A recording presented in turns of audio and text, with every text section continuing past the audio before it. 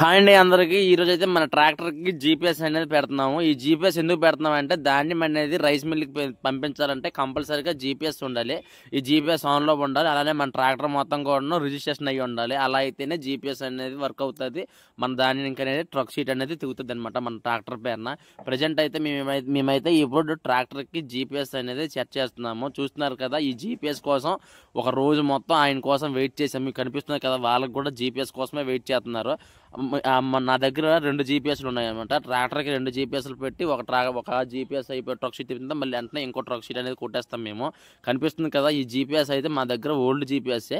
దాన్ని రెన్యువల్ చేయిస్తాం అనమాట. ఇప్పుడు రెన్యువల్ చేయడానికి మాకైతే ఒక్కొక్క జీపీఎస్కి 1500 రూపాయలు అనేది తీసుకున్నారు. ఈ జీపీఎస్ అనేది మన ట్రాక్టర్ బ్యాటరీకి అనేది సెట్ చేయాలి. ఇది 24/7 ఎప్పుడు కూడా ఆన్లో ఉండాలి. అలా అయితేనే మన ట్రక్ షీట్లు దిగుతాయి, లేకుంటే దిగవు. చూశారు కదా, ఈ కనిపిస్తున్న జీపీఎస్లు అనేది కంపల్సరీగా ఉండాలి ధాన్యం పెరగాలంటే. వీడియో నచ్చితే లైక్ చేయండి, మన ఛానల్ సబ్స్క్రైబ్ చేసుకోండి.